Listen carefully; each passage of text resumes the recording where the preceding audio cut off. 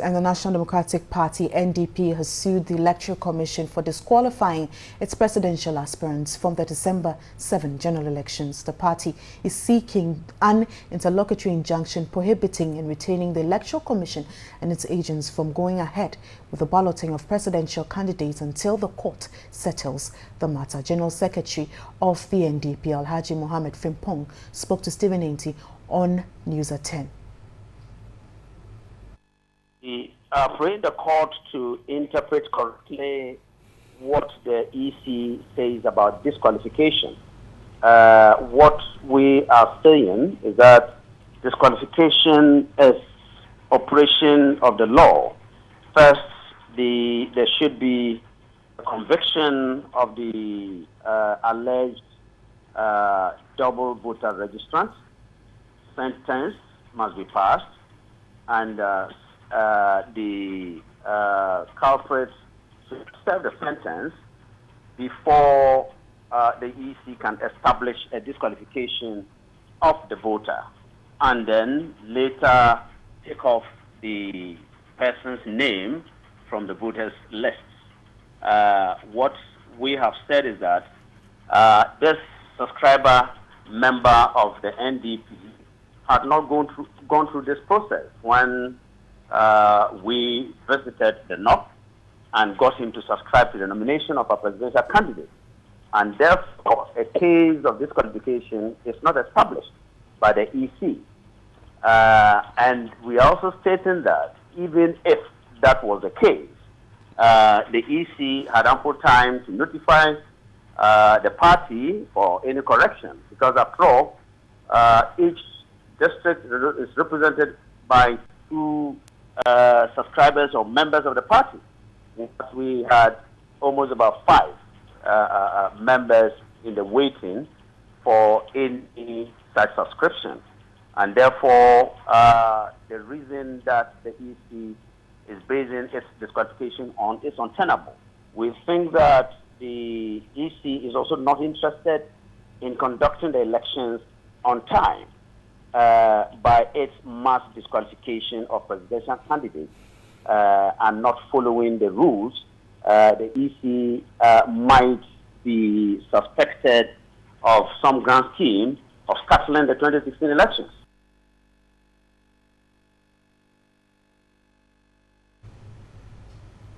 Now, we're going on the phone line to speak with the head of communications of the Electoral Commission, Eric Kofi-Japaso. Good afternoon, sir, and thanks for agreeing to speak with us.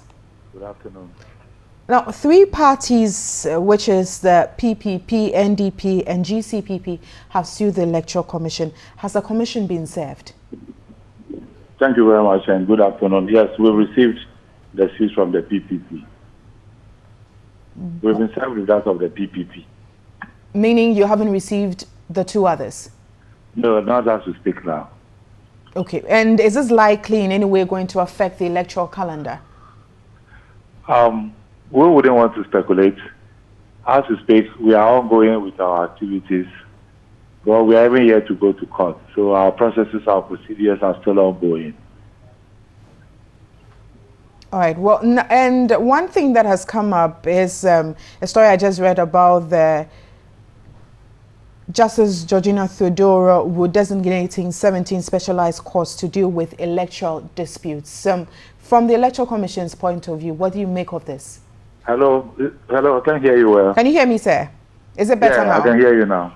Now, the question I was asking is about Justice Georgina Theodora designating 17 specialized courts to deal with electoral disputes. Knowing that we're very close to the elections, what does the Commission make of this?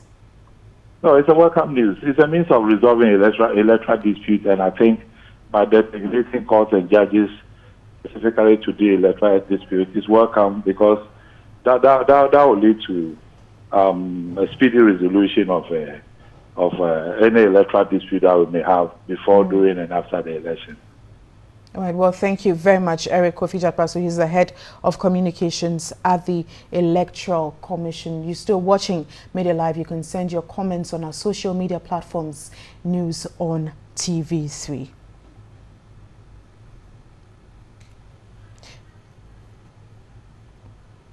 We're still trying to reach some other persons and take their views on what they make about the electoral disputes that we're having over this period, especially as we head to the elections. But let's move on to other stories. We're trying to reach Kwame Damwa Ajiman, who is a...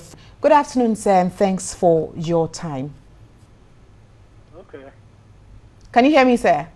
Yes, I hear you. Now, first of all, what do you make of all these suits against the Electoral Commission? Well, we are just testing our laws. Election is full of laws, regulations. And if we do not recognize the laws, then the election is nothing. So it's a question of just testing. See whether we are law-abiding and we are complying with the provisions. That's all.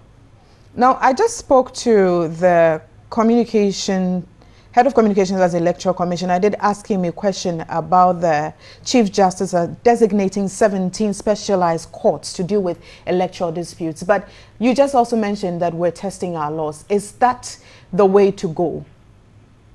Well, as I said, the election is always regulated. And if we miss the regulations, then we are just playing around. So just like the other candidates who think they are aggrieved, so they are seeking redress in the commission and the candidates. The way for nomination receipt is you present your completed forms. There and then the commission should note the time and the day that you brought the thing. And then you start to go through it in your presence, not in your absence, in your presence. If he sees anything wrong, he has to draw your attention and he has to note it. And this is where the regulations stipulate that if there is anything, you give notice and allow the person to rectify within the time set for nomination. That I wasn't there, so I don't know how they collected the nominations. And at the end of the nomination too, you, the returning officer, will have to note on the form. You received it maybe in the morning and you accepted it in the afternoon or whatever, the time you accept. You endorse. Then you look at the statutory declaration and then the deposit.